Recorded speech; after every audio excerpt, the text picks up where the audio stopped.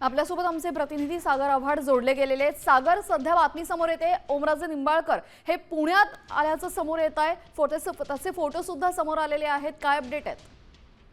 आपण पाहिलं तर ओमराजे निंबाळकर आहेत गायब झाले किंवा ते बाहेर असल्याची चर्चा जी आहे ती सुरू होती। मात्र त्यांचे मित्र जे आहेत फडतरे यांनी फेसबुक पोस्ट करत सांगितलं आहे की ओमराजे निंबाळकर जे आहेत ते पुण्यामध्ये आहेत आणि त्या संदर्भातला फोटो जो आहे त्यांनी सोशल मीडिया म्हणजे फेसबुकवरती टाकलेला आहे। आपण जर पाहिलं तर 20 तारखेला पवनराजे निंबाळकर हत्याकांडाचा अंतिम निकाल जो आहे तो मुंबईमध्ये लागणार आहे आणि या निकालानंतर ओमराजे निंबाळकर आपली भूमिका जी आहे ती मांडणार आहेत आणि जगदीश फडतरे यांनी फेसबुक पोस्ट करत हा पहिला फोटो जो आहे तो समोर आणलेला आहे।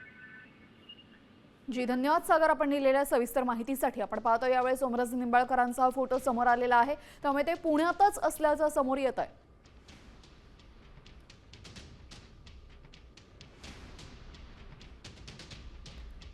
गेल्या 2 दिवसांपासून ओमराजे निंबाळकरांसोबत संपर्क होत नव्हता। ते काल पुण्यामध्ये असल्याचं समजलेलं होतं। पुण्यानंतर ते दिल्लीला गेल्याच्याही चर्चा सुरू होत्या। मात्र आता जो फोटो समोर येते त्यानुसार ते पुण्यामध्ये असल्याचं समजतंय। उद्या 20 जून रोजी ते भूमिका मांडणार असल्याचं समजणार आहे। त्यांच्या एका खटल्याचा उद्या निकाल लागेल आणि त्यानंतर ते त्यांची भूमिका स्पष्ट करणार आहेत।